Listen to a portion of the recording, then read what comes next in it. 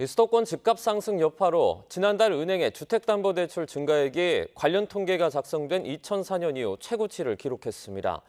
지난달 은행의 주택담보대출이 한 달 전인 7월보다 8조 2천억 원 증가한 것으로 집계됐습니다.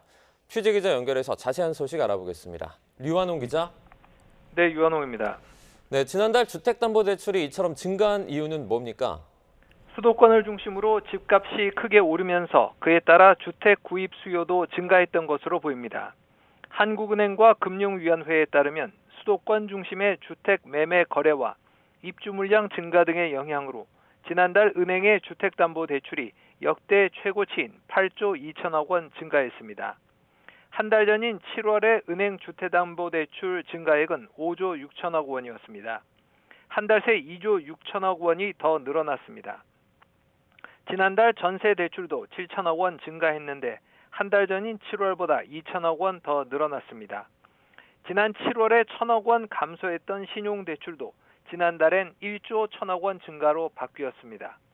여름 휴가철 수요에다 지난달 증시 폭락에 따른 저가 매수세 영향이 있었던 것으로 분석됐습니다.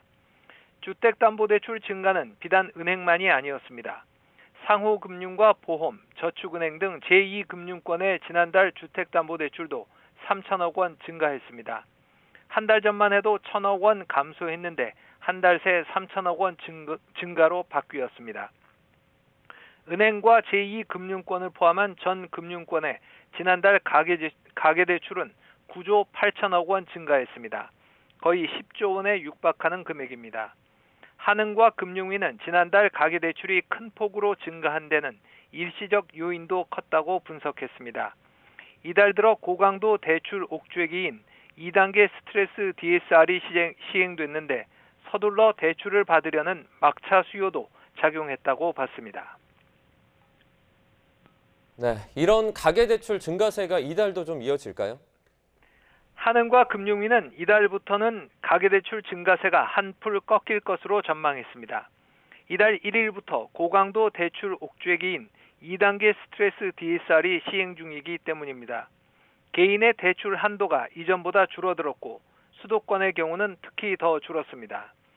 게다가 은행들이 앞장서서 유주택자의 주택담보대출과 전세대출을 제한하고 있습니다. 최근에는 유주택자의 신용대출까지 제한하는 곳도 생겨나고 있습니다.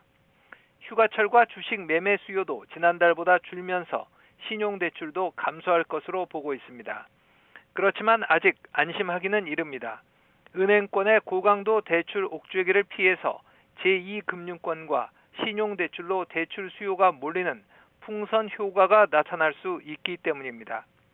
또한 가을철 이사 수요와 올해 하반기 기준금리 인하 기대감 등으로 가계부채 증가세가 언제든 확대될 수 있습니다. 이에 따라 금융당국은 주택담보대출 추이뿐만 아니라 제2금융권과 신용대출로의 풍선 효과 등도 면밀히 모니터링을 해서 필요하다면 추가 대책을 과감하게 시행하겠다고 강조했습니다. 지금까지 YTN 유한홍입니다.